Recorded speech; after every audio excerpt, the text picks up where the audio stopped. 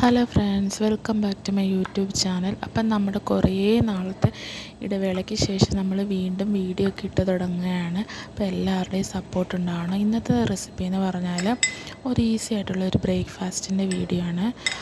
അപ്പം ഞാൻ കുറച്ച് ചൂടാക്കി തണുപ്പിച്ചെടുത്ത പാലാണിത്.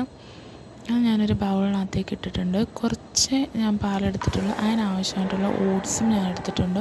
ഒരു 3 സ്പൂൺ ഓട്സാണ് ഇട്ടിരിക്കുന്നത്. അപ്പോൾ നമ്മൾ അധികം ഓട്സ് എടുത്തു കഴിഞ്ഞാൽ പാലിനകത്ത് മിക്സായി വരുമ്പോഴത്തേക്കിനും ഒത്തിരി ഈ തിക്കായിട്ടിരിക്കും. അതുകൊണ്ട് ഞാൻ കുറച്ച് ഓട്സേ എടുത്തിട്ടുള്ളൂ.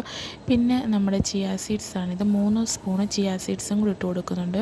നമ്മൾ വെള്ളത്തിൽ അതൊന്ന് അലിപ്പിച്ചെടുക്കുന്നതാണെങ്കിലും നല്ലതാണ്. ഇങ്ങനെ ഇട്ടാലും കുഴപ്പമൊന്നുമില്ല. കുറച്ച് മിക്സായി വരാൻ കുറച്ച് നമ്മളൊന്ന് ഇളക്കി കൊടുക്കേണ്ടി വരും. അപ്പോൾ ചിയാ സീഡ്സും കൂടി ഇട്ട് ഞാൻ നന്നായിട്ടൊന്ന് മിക്സാക്കി എടുത്തിട്ടുണ്ട്.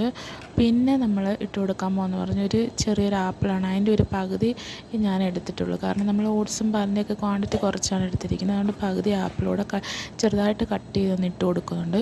പിന്നെ നമ്മുടെ മധുരത്തിന് ആവശ്യമായ പഞ്ചസാര ഇട്ട് കൊടുക്കുന്നതിന് പകരം തേനാണ് ഇട്ട് കൊടുക്കുന്നത്. 1 സ്പൂണ് തേനും കൂടി ഇട്ട് കൊടുത്ത് നന്നായിട്ടൊന്ന് മിക്സാക്കി എടുക്കാം. ഇപ്പം നമ്മൾ ശരിക്കും തിക്കായിട്ടുണ്ടെങ്കിൽ കുറച്ച് പാലും കൂടി ഒഴിച്ച് കൊടുക്കാവുന്നതാണ്.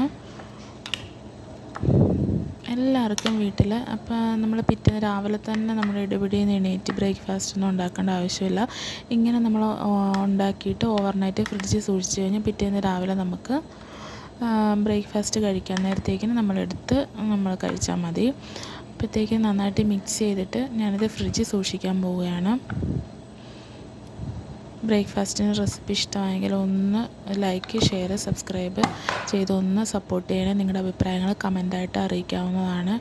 Thank you for watching.